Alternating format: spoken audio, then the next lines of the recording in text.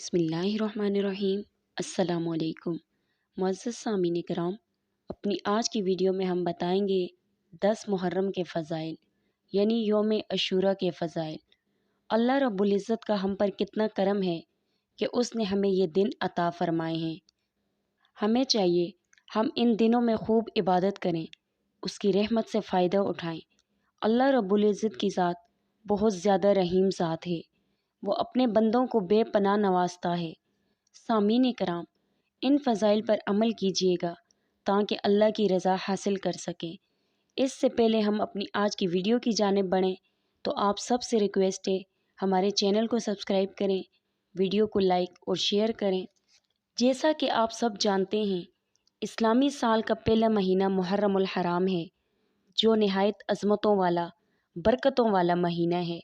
بالخصوص اس مہینے کی 10 تاریخ یعنی یوم عاشوراء کے دن کو دین اسلام میں خاص اہمیت حاصل ہے۔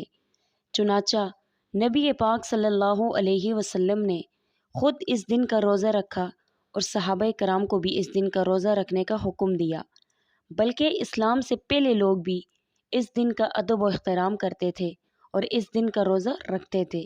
ہمیں بھی چاہیے کہ ہم یوم عاشوراء یعنی 10 محرم کا روزہ رکھیں اور خوب عبادت کریں۔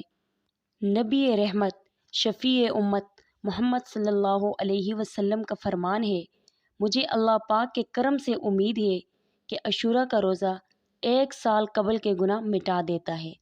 سامعین کرام، یوم عاشوراء کے دن روزے کا کتنا بڑا اجر و ثواب ہے، یہ بھی ہمارے لیے ایک خاص موقع ہے، اس سے خوب فائدہ اٹھانا چاہیے۔ یہ تھی ہماری آج کی ویڈیو، امید کرتی ہوں آپ کو ضرور پسند آئی ہوگی۔